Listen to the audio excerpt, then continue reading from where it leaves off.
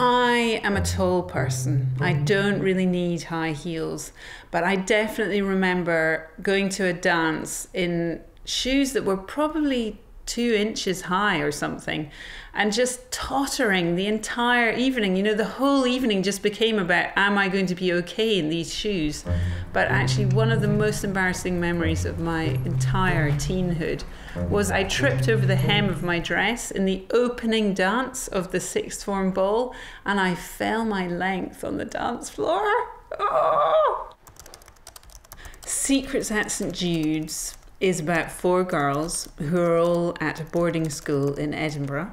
I was at a boarding school in Edinburgh for 4 years, which was a very interesting time. You often share a dorm with people who aren't entirely like you. They're maybe not the people you would have picked as your best friends, and that makes for some really interesting groups. So Gina and Amy, very glamorous, very blonde, whereas Niffy and Min are totally different. Niffy is the kind of girl who would much rather go riding. She's constantly trying to get dirt out of her fingernails, and she likes to wear welly boots and riding boots. Not at all glamorous. When the shoes with their pointy black 3-inch heels arrived, Niffy slid her feet in and did up the ankle straps with a look of utter fascination. Very carefully, she stood up. "Wow," Gina said, "in those shoes you're about 6'1". I think there's that classic teenage conflict going on. You're supposed to be studying really hard for very important exams. "What is going on with you?" Gina wondered.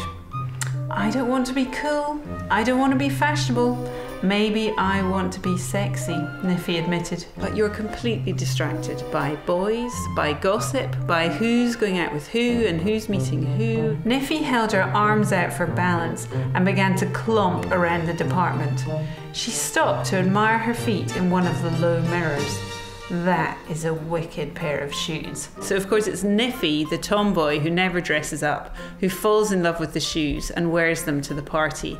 And you know, I don't know if you remember your first pair of really, really high shoes, but it's a disaster waiting to happen.